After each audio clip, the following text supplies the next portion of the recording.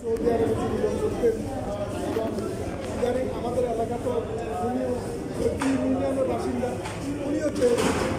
দল মনে করছি যে দল আপনি ভারতকে দিলে এখানে আমার সিটটা কি কনফার্ম হবে। আমি একটা জিনিস আপনাদেরকে সতর্ক করতে চাই, সেটা হলো এবার নির্বাচন কঠিন হয়েছে। বলে কীভাবে কঠিন? এখন যদি আওয়ামী লীগ ভোট করার সুযোগ পাইতো আমরা এখানে চিনতে। আপনারা জানেন ঢাকা বিশ্ববিদ্যালয়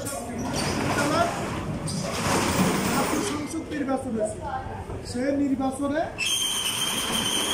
ছাত্র শিবির বিজয় লাভ করছে। এর পিছনে কিন্তু একটা কাহিনী আছে, এটা আপনারা যারা ছাত্র রাজনীতি করছেন আপনারা ভালো জানেন।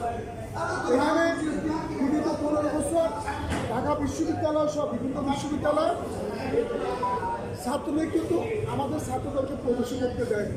ভর্তি তো দূরের কথা, চুপি চাপি ক্ষেত্রে ভর্তি করতে পারছে, তাও পরিচয় দিতে পারবে। কিন্তু ছাত্র শিবির এবং ছাত্রলীগ যৌথভাবে সেখানে রাজনীতি করে। ছাত্র শিবির ছাত্রলীগের সাথে কি একাত্মতা ঘোষণা করে তাদের ছায়া দলের থেকে সেখানে